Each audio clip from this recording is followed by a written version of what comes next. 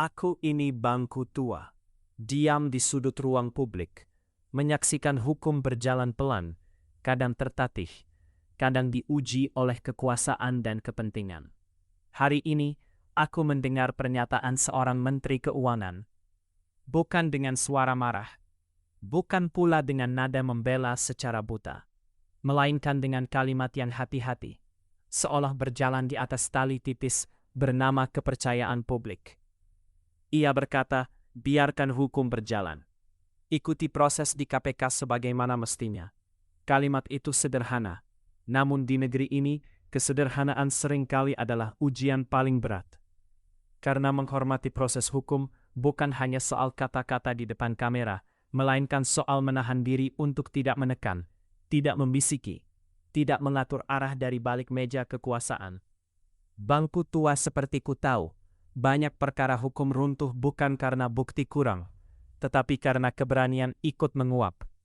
Lalu sang menteri melanjutkan bahwa pegawai yang terlibat tetap akan diberi pendampingan hukum. Disinilah publik sering salah paham.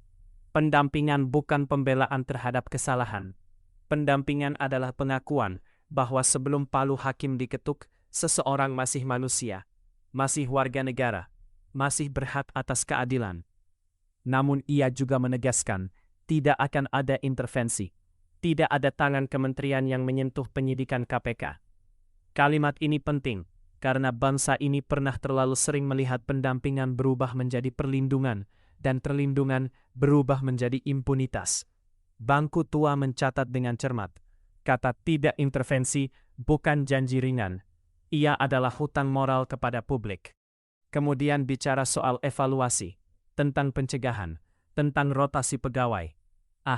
Bangku tua tersenyum pahit di sudut ruangan.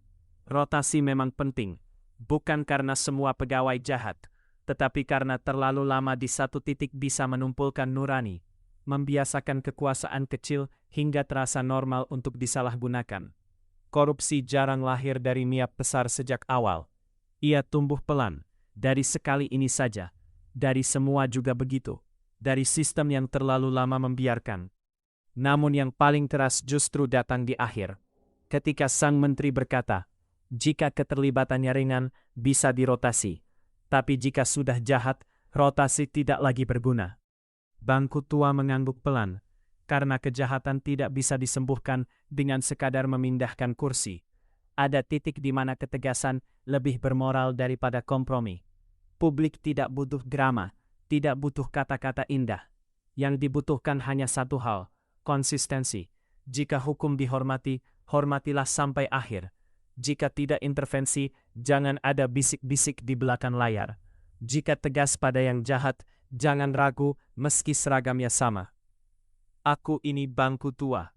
Aku tak bisa bertepuk tangan, tak bisa memilih, tak bisa bersuara keras. Aku hanya mencatat, dan sejarah selalu mencatat lebih tajam dariku.